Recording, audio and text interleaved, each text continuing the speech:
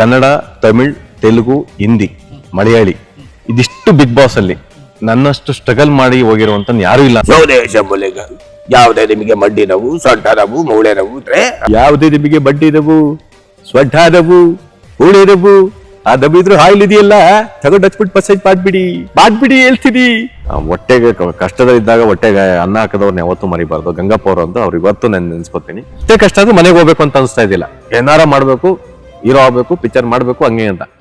ಏನಾಗಲಿ ಮುಂದೆ ಸಾಗುನಿ.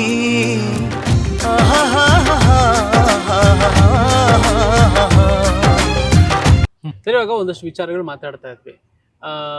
Sales man ಅಂತ ಅದ ಜಾಬ್ ಶುರು ಆಗಿದ್ದು ಯಾವಾಗ, ಏನೇನು ಸೇಲ್ಸ್ ಮಾಡ್ತಾ ಇದ್ರಿ? ಸೊ ಅವಾಗ ನಿಮಗೆ ಬಂದಂಥ ಒಂದಷ್ಟು ಮಾತುಗಳೆಲ್ಲ ಏನೇನು? ಸೇಲ್ಸ್ ಮ್ಯಾನು ನನಗೆ ಜಾಬ್ ಸ್ಟಾರ್ಟ್ ಮಾಡಿದ್ದು ಯಾವಾಗಂದರೆ ಆಲ್ರೆಡಿ ಒಂದು ಟಚ್ ಇತ್ತು. ನಮ್ಮ ಪೊನ್ನಪೇಟೆಯಲ್ಲಿ, ಮಡಿಕೇರಿಯಲ್ಲಿ ನಾನು ಲಾಟ್ರಿ ಟಿಕೆಟ್ ಸೇಲ್ ಮಾಡ್ತಾ ಇದ್ದೆ ಅಂತ ಅಲ್ಲೊಂದು ಟಚ್ ಇತ್ತು. ಅದಾದಮೇಲೆ ಸಿನಿಮಾಗಳೆಲ್ಲ ಜೂನಿಯರ್ಸ್ ಆಗಿ ಹೇಳಿದ್ನಲ್ಲ, ಒಂದಷ್ಟು ಮಾಡ್ಕೊಂಡು ಅಡುಗೆ ಕೆಲಸ ಎಲ್ಲ ಮಾಡ್ಕೊಂಡು ಹೋದೆ. ಯಾಕೋ ಸೆಟ್ ಆಗಲ್ಲ ಅಂತ ಭಾಳ ಹೊಟ್ಟೆ ಹಸ್ಬಿಟ್ಟಿತ್ತು. ಗಾಂಧಿನಗರಲ್ಲಿ ಪಾರ್ಕ್ ಇದೆ, ಓಕೆ, ಅಲ್ಲೊಂದು ಪೇಪರ್ ಹಾಸ್ಕೊಂಡು ಮಲಗಿದೆ. ಹಿಂಗೆ ಮಲ್ಕೊಂಡು ಯೋಚನೆ ಮಾಡ್ತಾಯಿದ್ದೆ ನಾನು. ಮತ್ತು ನಮ್ಮ ಜೊತೆ ನಮ್ಮ ಸ್ನೇಹಿತ ಇನ್ನೊಬ್ಬ ಇದ್ದ, ಅವ್ರ ಹೆಸರು ಮರ್ತೋಗ್ಬಿಟ್ಟಿದೆ. ಮಲಗಿದ್ದು ಗಂಗಪ್ಪ ಅಂತ ಒಬ್ಬರು ಬಂದ್ಬಿಟ್ಟು ಒಂದು ಟಾಟಾ ಸುಮಾ ತಂದರು.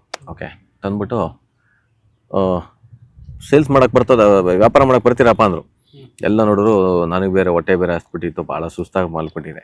ಆದ ತಕ್ಷಣ ಇವರು ಹೋದ್ರು, ಎಲ್ಲರೂ ಒಂದು 4-5 ಜನ ಎಲ್ಲ ಕರ್ಕೊಂಡ್ರು. ಅದು ನಾನು ಬರ್ತೀನಿ ಅಂತ. ಏನು ಗೊತ್ತಾ, ನಮ್ದು ಹಿಂಗೆ ಹಾಲು ಪುಡಿ ಇರ್ತದೆ, ಹಿಂಗೆ ಮಂಡಿ ನೋದೆಲ್ಲ ಆಯಿಲ್ ಇರ್ತದೆ, ಈ ಥರ ಸೇಲ್ ಮಾಡಬೇಕು, ಎಲ್ಲ ಬೆಂಗಳೂರು ಎಲ್ಲ ಒಂದು ಏರಿಯಾ ಕರ್ಕೊಂಡು ಹೋಗ್ತೀನಿ, ಸೇಲ್ ಮಾಡಬೇಕು ಅಂತ. ಆಮೇಲೆ ಅವ್ರು ಹೇಳೋದು ಹಿಂಗೆ ಮಾಡಬೇಕು ಅಂತ. ಆದರೆ ಒಂದಷ್ಟು ಜನ ಬಂದರು, ಒಂದಷ್ಟು ಜನ ವ್ಯಾಪಾರ ಮಾಡೋಕ್ಕೆ ಆಗದೇನೆ ಹೋದರು. ಅದರಲ್ಲಿ ಡೇ ಫಸ್ಟು ನಿನಗೇನಪ್ಪ ಗೊತ್ತು ಅಂತ, ಸೇಲ್ಸ್ ಮಾಡಿ ಅಭ್ಯಾಸ ಇದೆಯಾ? ಇದೆ ಸರ್, ನನಗೆ ವ್ಯಾಪಾರ ಮಾಡೋಕ್ಕೆ. ಏನು ಮಾಡ್ತಾ ಇದೆ? ನನಗೆ ಲಾಟ್ರಿ ಟಿಕೆಟ್ ಎಲ್ಲ ಮಾಡ್ತಾ ಇದೆ. ಹೆಂಗೆ ಮಾಡ್ತಾ ಇದೆ ಅಂತ, ಕರ್ನಾಟಕ ರಾಜ್ಯದಲ್ಲಿ 5 ರೂಪಾಯಿ, 5 ಲಕ್ಷ, 5 ಶೇಣಿ, 5 ಬಣ್ಣ ಅಂತ ಹೇಳ್ಬಿಟ್ಟು ನೀನು ಸೆಟ್ ಆಗ್ತೀನಿ ಅಂದ್ಬಿಟ್ಟು, ಅದೇನಪ್ಪ ಇದು ಆಯಿಲ್ ಹೆಂಗಿರ್ತದೆ, ಮಂಡಿ ನೋವು, ಸೊಂಟ ನೋವು ಈ ಥರ ಅಂತ. ನಾನು ಅವಾಗ ಒಂದಿನ ಫಸ್ಟ್ ನನ್ನನ್ನು ಕರ್ಕೊಂಡೋಗಿದ್ದು ನೀಲ್ಸಂದ್ರ, ಮೋಸ್ಟ್ಲಿ ನೀಲ್ಸಂದ್ರ ಕಾಣಿಸುತ್ತೆ, ಕರ್ಕೊಂಡೋದು ಹೋದ ತಕ್ಷಣ ಸೇಲ್ಸ್ ಮಾಡಿದೆ. ಒಂದು ಫಸ್ಟ್ ಡೇನೇ 600 ರೂಪಾಯಿನ ವ್ಯಾಪಾರ. ಪಾಪ ಅದಕ್ಕಿಂತ ಮುಂಚೆ ಊಟ ಕೊಡಿಸಿದ್ರು. ಊಟ ಕೊಡಿಸಿ, ಪರ್ಸ್ಕೊಂಡಿರ್ಬೇಡಪ್ಪ, ಮಲ್ಕೊಳ್ಳೋಕ್ಕೂ ಜಾಗ ವ್ಯವಸ್ಥೆ ಮಾಡ್ಕೊಡ್ತೀನಿ ಅಂತೇಳಿ ಪಾಪ ಅವರೇ ಮಲ್ಕೊಳ್ಳೋಕೆ ದುಡ್ಡೆಲ್ಲ ಕೊಟ್ಟು ಇದು ಮಾಡಿದ್ರು. ಅವ್ರನ್ನ ಮರೆಯೋಕ್ಕಾಗಲ್ಲ, ಯಾಕಂದ್ರೆ ನಮಗೆ ಹೊಟ್ಟೆಗೆ ಕಷ್ಟದಲ್ಲಿದ್ದಾಗ ಹೊಟ್ಟೆಗೆ ಅನ್ನ ಹಾಕದವ್ರನ್ನ ಯಾವತ್ತೂ ಮರಿಬಾರ್ದು. ಗಂಗಪ್ಪ ಅವರು ಅಂತ ಅವ್ರು ಇವತ್ತು ನಾನು ನೆನ್ಸ್ಕೊತೀನಿ. ಸರಿ ಅಂದ್ಬಿಟ್ಟು ಹೋದ ತಕ್ಷಣ ಫಸ್ಟೇ 600 ರೂಪಾಯಿ 700 ರೂಪಾಯಿ ಮಾಡಿದೆ. ಅವರು ಖುಷಿ ಆಗ್ಬಿಟ್ರು. ಏನಪ್ಪ ಇವನು 600 ರೂಪಾಯಿ 700 ರೂಪಾಯಿ ಫಸ್ಟ್ ವ್ಯಾಪಾರ ಮಾಡ್ಬಿಟ್ಟವನೇ, ಗ್ರೇಟ್ ಇವನು ಅಂತ ಹೇಳ್ಬಿಟ್ಟು, ತುಂಬ ಚೆನ್ನಾಗಿ ಮಾಡ್ದಪ್ಪ, ಬೇಷ್ ಅಂತ ಹೇಳು. ಆಯಿತು ಸರ್ ಅಂತ ಎಲ್ಲ ದಿವಸ ಒಂದೊಂದು ಏರಿಯಾಗೆ 600 700 ಮಾಡಿದೆ. 700 800 ಆಯಿತು, 800 900 ಆಯಿತು, 900 1000 ರೂಪಾಯಿ ಆಯಿತು. ಅಂದರೆ ಅದು ನನ್ನ ಕಮಿಷನ್ ಬಂದು ಇಲ್ಲಿ ಅಡುಗೆ ಕೆಲಸ ಮಾಡ್ಬೇಕಾದ್ರೆ 75-80 ರೂಪಾಯಿ, 80-90 ರೂಪಾಯಿ ಅಷ್ಟು ಸಿಗ್ತಾಯಿತ್ತು. ಇಲ್ಲಿ ಸೇಲ್ಸ್ ಮಾಡ್ಬೇಕಾದ್ರೆ ಒಂದು ದಿವಸಕ್ಕೆ 150 ರೂಪಾಯಿ ಸಿಗ್ತಾಯಿತ್ತು. ಗ್ರೋತ್ ನೋಡಿ ಹೆಂಗಿತ್ತು ಅಂತ. ಬಟ್ ಎಷ್ಟೇ ಕಷ್ಟ ಆದ್ರೂ ಮನೆಗೆ ಹೋಗ್ಬೇಕು ಅಂತ ಅನಿಸ್ತಾ ಇದ್ದಿಲ್ಲ. ಏನಾರ ಮಾಡಬೇಕು, ಹೀರೋ ಆಗ್ಬೇಕು, ಪಿಕ್ಚರ್ ಮಾಡಬೇಕು ಹಂಗೆ ಅಂತ. ಆಮೇಲೆ ನಮ್ಮ ಗಂಗಪ್ಪ ಅವರು ಸಿನಿಮಾದ ಬಗ್ಗೆ ಹೇಳ್ತಾ ಇದ್ರು. ರಾಜ್ಕುಮಾರ್ ಅವ್ರು ನೋಡಿದ್ದೀನಿ, ಇವ್ರು ನೋಡಿದೆ ನಾನು, ಮತ್ತೆ ಇವರು ಗಂಗಪ್ಪ ಅವರು ಮತ್ತೆ ದೇವರಾಜ್ ಅವರು ಒಂದೇ ಫ್ಯಾಕ್ಟ್ರಿ ಕೆಲಸ ಮಾಡ್ತಾ ಇದ್ದೋ, HMT ಮಾಡ್ತಾ ಇದ್ದೋ ಅಂತೇಳಿ. ಬಟ್ ಅದು ನನಗೆ ಗೊತ್ತಿಲ್ಲ ನಿಜ ಸುಳ್ಳು ಅಂತ ಅಷ್ಟು ಹೇಳ್ತಾರೋ. ಇವ್ರ ಫ್ರೆಂಡು ಇಬ್ರು ಒಂದೇ ಗಾಡೀಲಿ ಹೋಗ್ತಾ ಇದ್ದೋ ಹಂಗ ಅಂತ ಹೇಳ್ತಾರೆ. ನಾನು ಮತ್ತೆ ದೇವರಾಜ್ ಅವರು ಭಾಳ ಕ್ಲೋಸ್ ಫ್ರೆಂಡು. ನಮ್ಗೆ ಅದು ಕೇಳೋಕೆ ಖುಷಿ. ಸಿನಿಮಾ ಅಂದ ತಕ್ಷಣ ಸಿನಿಮಾ ಬಗ್ಗೆ ಮಾತಾಡಿ ಜಾಸ್ತಿ ಫಾಸ್ಟ್ ಆಗಿರ್ತದೆ. ಹೌದಾ, ಹಿಂಗೆ ನಾನು ವಿಷ್ಣುವರ್ಧನ್ ನೋಡ್ಬೇಕಲ್ಲ ಸರ್, ನಾನು ತೋರಿಸ್ತೀನಿ, ತಲೆ ಕಟ್ಸ್ಕೊಬೇಡ ನೀನು ಅಂತೇಳಿ ಕಂಪ್ಲೀಟ್ ವಿಷ್ಣುವರ್ಧನ್ ಸರ್ನ ನನಗೆ, ಯಾಕಂದ್ರೆ ತುಂಬ ಆಸೆ ಸರ್ ನನಗೆ. ನೀವು ನಂಬ್ತೀರಾ ಬಿಡ್ತೀರೋ, ಮೇ ಬಿ ನಾ ಕದಂಬ ಪಿಕ್ಚರ್ ರಿಲೀಸ್ ಆಗಿಂತ ಮುಂಚೆ ಇನ್ನೊಂದು ಯಾವ್ದು ರಿಲೀಸ್ ಆಯ್ತು, ಅವಾಗ ಬಂದಿದ್ದು ಕದಂಬ ಕಾಣಿಸುತ್ತೆ, ಆಯ್ತಾ. ಅದಾದ್ಮೇಲೆ ಕದಂಬ ಪಿಕ್ಚರ್ ರಿಲೀಸ್ ಆದ್ಮೇಲೆ ಕದಂಬ ಆ ಸಿನಿಮಾ ಮಾಡಿರುವಂಥ ನಿರ್ಮಾಪಕರು ಹೋಟ್ಲಲ್ಲೂ ಕೆಲಸ ಮಾಡಿದ್ದೆ ನಾನು, ಅವ್ರು ಸಿಗ್ತಾರೇನೋ ಅಂತ ಅದೆಲ್ಲ ಮಾಡಿದ್ದೀನಿ. ಹಂಗೆ ಬಂದು ಕರೆದ್ರು, 700 ಆಯಿತು, 1000 ರೂಪಾಯಿ ಆಯಿತು. ಅದಾದ್ಮೇಲೆ ಸರಿಪಾ ಒಂದು ಕೆಲಸ ಮಾಡೋಣ, ಇಲ್ಲೆಲ್ಲ ಮುಗೀತು, ಬೆಂಗಳೂರು ಆಯಿತು, ಹೊರಗಡೆ ಎಲ್ಲ ಬರ್ತೀರಾ? ಓಕೆ, ಕರ್ಕೊಂಡೋಗಿ ಸರ್, ನಾನು ಒಂಥರ ಎಲ್ಲ ಎಲ್ಲಿ ಬೇಕಾದ್ರೆ ಕರ್ಕೊಂಡೋಗಿ ಅಂತ. ಹಾಗಾಗಿ ಹುಬ್ಳಿ, ಧಾರವಾಡ, ಬೆಳಗಾವಿ, ಬಿಜಾಪುರ, ಕೊಪ್ಪಳ. ಸರ್ ನಮ್ದು ಆಯಿಲ್, ಪೈನ್ ಕಿಲ್ಲರ್ ಆಯಿಲ್ ಇತ್ತು. ಮಂಡಿ ನೋವು, ಸೊಂಟ ನೋವು, ಮೂಳೆ ನೋವು ಅಲ್ಲ, ಒಂದು ಏರಿಯಾದಲ್ಲಿ ನಿಲ್ಲಿಸ್ಬಿಡೋದು. ಅಲ್ಲಿ ಮೈಕಲ್ಲಿ ಬರ್ತದೆ, ಇದೊಂದು ಅದ್ಭುತವಾದ ಔಷಧಿ. ಓ, ಈ ಮಂಡಿ ದರ್ಶನ್ ನೋವು, ಯಾವ್ದೋ ಸೊಂಟ ಅದೊಂದು ನೋವು. ಸಿನಿಮಾದಲ್ಲಿ ಅನಾಥರ ಸಿನಿಮಾದಲ್ಲಿ ಮಾಡ್ತಾರಲ್ಲ. ಆ ತರ ಮಂಡಿ ನೋವು, ಸೊಂಟ ನೋವು, ಮೂಳೆ ನೋವು ಅಂತ ಇರ್ತಾರೆ. ಬಂದಾಗ ನಾವು ಹಂಗಿರ್ತಾ ಸರ್ ತಾನು ಹಚ್ಚು ಕೈ ಕಾಲಿಗೆಲ್ಲ ಹಚ್ಚಿ ಕೊಟ್ಟು ಇದ್ ಮಾಡಿ ಎಷ್ಟಪ್ಪ ಅಂತ ಕೇಳಿದ್ರೆ ಇಷ್ಟು ಅಂತ ತಗೊಂಡು ಯಾವ ತರ amount ಅಟ್ರಾಕ್ಟ್ ಕೊಡ್ತಾರೆ. ಮಾಡ್ತಾ ಇದ್ರಿ ಜನ? ಸರ್ ಹ್ಮ್. ನಾನು ಸರ್ ಮಾರ್ಕೆಟಿಂಗ್ ಅಲ್ಲಿ ಅದು ಹೇಳಕ್ಕಾಗಲ್ಲ Next ಸರ್, level ಅದೊಂಥರ ಅಲ್ಲ ನೆಕ್ಸ್ಟ್ ಲೆವೆಲ್, ನನಗಿಂತ ಟ್ಯಾಲೆಂಟೆಡ್ ಇರ್ತಾರೆ. ಈಗ ನೀವು ನಮ್ಮ ಕಸ್ಟಮರ್ ಅಂತ ಅನ್ಕೊಳ್ಳಿ ಸರ್. ಈಗ ಸರ್ ನೀವು ಒಂದು ಅದ್ಭುತ ನೋಡಿದ್ರೆ ಸರ್ ಏನು ಅಂತ ಕೇಳಿ, ಏನು? ಯಾವುದೇ ಮೂಳೆ ನೋವು, ಸೊಂಟ ನೋವು, ಮಂಡಿ ನೋವು, ಬೆನ್ನು ನೋವು, ಹಳೆ ನೋವು, ನಗಡಿ, ಶೀತ, ಕಫ, ಕೆಮ್ಮು, ಕಣದಲ್ಲೂ ನೋವು ನಿವಾರಕ ಅದ್ಭುತವಾದ ಎಣ್ಣೆ, ಎಲ್ಲ ನೋವು ಮುಕ್ತಿ, ವಾಟರ್ ಫಾಸ್ಟ್ ಶಾಂತಿ. ಸರ್ ಯಾವುದೇ ನಿಮಗೆ ಕೈ ಕಾಲು ಮಂಡಿ ಸೊಂಟ ತಲೆ ಬೆನ್ನು ನರ ಕಣ್ಣದ್ದು ನೋವು ನಿವಾರಕ ಪವರು ಶಕ್ತಿ ಎನರ್ಜೆಟಿಕ್ ಆಯಿಲ್, ಮಂಡಿ ನೋವಿಗೆ ಒಂಡ ಆಯಿಲ್ ಸರ್. ಸರ್ ಏನ್ ಸರ್ ಮಂಡಿ ನೋವು ಕೊಡಿ ಸರ್, ಕಾಲು ತೆಗೀರಿ ಸರ್, ನೀವು ಕ್ಲೀನಾಗಿ ಹಚ್ಚಿ ಕ್ಲೀನಾಗಿ ಮಸಾಜ್ ಮಾಡ್ಬಿಡ್ತಾ ಇದೆ. ಎಷ್ಟೋ ಜನ ಕಸ್ಟಮರ್ ಪಾಪ ಇವತ್ತು, ಅಲ್ಲ ಕಣೆ ನನಗೆ ಆಯಿಲ್ ಬೇಡ, ನನ್ನ ಮಗನೂ ಕೂಡ ನನಗೆ ಮಂಡಿ ನೋವು ಕಾಲ್ಗೆ ಹಚ್ಬಿಟ್ಟು ಮಸಾಜ್ ಮಾಡಿಕೊಟ್ಟಿಲ್ಲ ಕಣೆ, ನೀನು ನನ್ನ ಮಗನೂ ಕೂಡ ನಂಗೆ ನೋವು ಅಂದಾಗ ಹಚ್ಕೊಟ್ಟಿಲ್ಲ, ಬಟ್ ನೀವು ಹಚ್ಕೊಟ್ಟು ಕೈ ಯಾರು ಏನು ಅಂತ ಗೊತ್ತಿಲ್ಲ ಪಾಪ ಹಚ್ಬಿಟ್ಟು ಮಸಾಜ್ ಮಾಡ್ತೀಯಲ್ಲ, ನಾನು ತಗೋತೀನೋ ಬಿಡ್ತೀನೋ. ಸರ್ ನೀವು ತಗೊಳ್ಳೋದು ಬೇಡ ಸರ್, ನನ್ನ ಸರ್ ಮಾರ್ಕೆಟಿಂಗ್ ಮಾಡ್ಬೇಕು, ಸತ್ಯವಾಗ್ಲು ನನ್ನ ಕೆಲಸನ ಮಾಡ್ತಾ ಇದೆ. ಅವ್ರು ನಾನು ತಗೋಬೇಕು ತಗೋಬಾರ್ದು, ಅವ್ರು ತಗೋಬೇಕು ಕೊಡ್ಲೇಬೇಕು ಅನ್ನೋ ಟಾರ್ಗೆಟ್ ಇರ್ತಾ ಇಲ್ಲ.